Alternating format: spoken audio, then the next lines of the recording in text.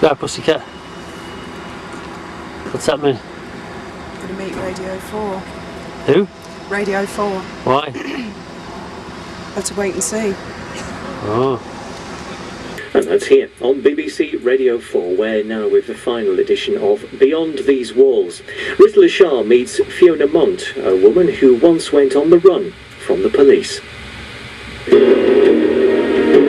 We tend not to have many of these cases on Crime Watch Daily. A female suspect. This is Fiona Mont. She's been labelled as the most wanted woman in Britain.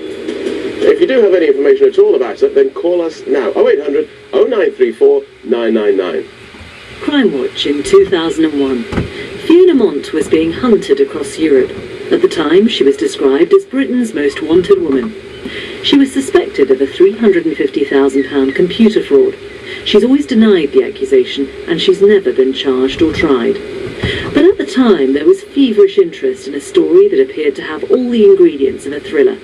An attractive young woman, an alleged fraud, and an apparent suicide, followed by a period in hiding with Graham Hesketh, a convicted drugs runner. I went to Brighton to meet Fiona. I used to come down to this part of the beach quite a lot. It's nice to come down to the beach. It gives you a sense of freedom, looking at the sea. Today, Fiona's a 30-something mum. She grew up near Brighton in a middle-class family, but she was a rebellious teenager who was unhappy at school and soon fell in with the wrong crowd. She regularly found herself attracting police attention. This is Clarendon Villas. I lived on the corner, almost on the corner, in a one-bedroom basement flat, and that wall there is the back garden wall, and you'd get officers going over the back wall at the same time as them coming round the front. I was quite agoraphobic when I lived in the flats as well. I didn't like the fact that all the cars queue up on Sackville Road. They'd all be looking at me. I mean, they're not, are they? Basically, I'd had a long-running, contentious relationship with the police for at least 7 years. And, I mean, to try and be fair to them, it probably was 6 of one and half a dozen of the other. 2 years before I went on the run, I had decided that the situation had escalated so badly that I could see the only way out was really to sell my flat and just go and disappear. This was long before I met Steve Skerrett or went on the run.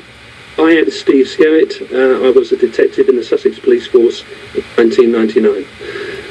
I first met her back in, let's try and think, in September. It was a personal matter actually. I went to inquire about a computer for sale. All I knew of her was Fiona. Very quickly it came to my notice that Fiona Mont had been at that address, and she was known to us for, or suspected of, being involved in fraudulent type activities. When we knocked on the door, she was in a dressing gown actually, and she said to me, "Oh, hello Steve, I suppose you're not back here to buy computers?" So I said, "No, I'm sorry Fiona, we're here to search your premises." What did you arrest her for? Suspicion of deception, fraud. Literally every corner I turned, he was there. So I spoke to my lawyer, and she said, "Why don't you go away for Christmas and just take a breather?" She said, "There's absolutely no harm in you going abroad, and then you can come back for the 12th of January. She knew the next time she came to the police station, she should be charged and sent to court. While she was on bail, her car was found by the side of a notorious spot in Sussex called Beachy Head, where in the past, people obviously committed suicide. What you actually ended up doing was, as it was reported in the press, faking your own suicide and flying off to the continent. Yeah, that's not exactly the way it was. I mean, the car had broken down, and it happened to break down near a place called Burling Gap, and I parked it up in a perfectly legal space. Unfortunately, at that moment, an ex-boyfriend, a very recently ex-boyfriend, telephoned me and sort of wanted to put a spoke in the works as much as he could, and I didn't realise that. And I said to him, I'm in my car, I'm near Beachy Head. So her abandoned car, open car with no keys, was found close to the edge of a cliff. A search was conducted for her. An air and sea search? Correct, yeah. Well, after this alarming Beachy Head, I realised what he was trying to do was a missing persons situation was as effective as a warrant. She found a person that she knew at Shoreham Airport called Graham Hesketh, and we understand that one day they both got into a plane and were flown out of the country. I mean, it wasn't as though I had loads of friends and happy memories that I was leaving behind. It was all sort of misery and horror stories. Did you believe she'd committed suicide? No, never. Fiona Mont's not the sort of person that would commit suicide. Where did you go first? Amsterdam, which is very nice, very relaxing, and it was wonderful. It really was. And the first morning in Amsterdam, when we came out of the hotel, I remember Graham saying to me, you know, relax. And I was literally still looking over my shoulder as if I was in England, and just at that moment it dawned on me, I am free. But you couldn't work? No, that was a big stumbling block. But no, you can't work in Holland unless you're registered. I was aware that as the days went by, we had to think of something. We couldn't continue to live our lives like that. So we worked our way further north in the country until we got to a small town where housing was quite cheap. We got there for the millennium, Christmas, and Crime Watch, I think, was about 3 months later, and the Britain's Most Wanted programme was after that. So can you help find Fiona Mont? She may well be using a different name, could even be out of the country. I've never met anybody else who's been on Crime Watch, and I have mingled in circles of people who might be likely to. It always struck me as Crime Watch is for very sort of serious things where maybe someone's a menace to society, or that they, you know, might be axe wielding or something. I really didn't think even they would go that far. But you developed quite a relationship with the media after Crime Watch. You were in touch with the Daily Mail yourself. You put things up on the web. You had your own internet site. You weren't averse to a bit of publicity? No, it wasn't quite like that. When we were on Crime Watch and then Britain's Most Wanted, I emailed the Daily Mail. I mean, I don't read newspapers, I never have. I just thought Daily Mail, I've heard of them. So I emailed to explain the police weren't being entirely straight with their side of the story, and that I didn't feel that I would have any fair hearing at all.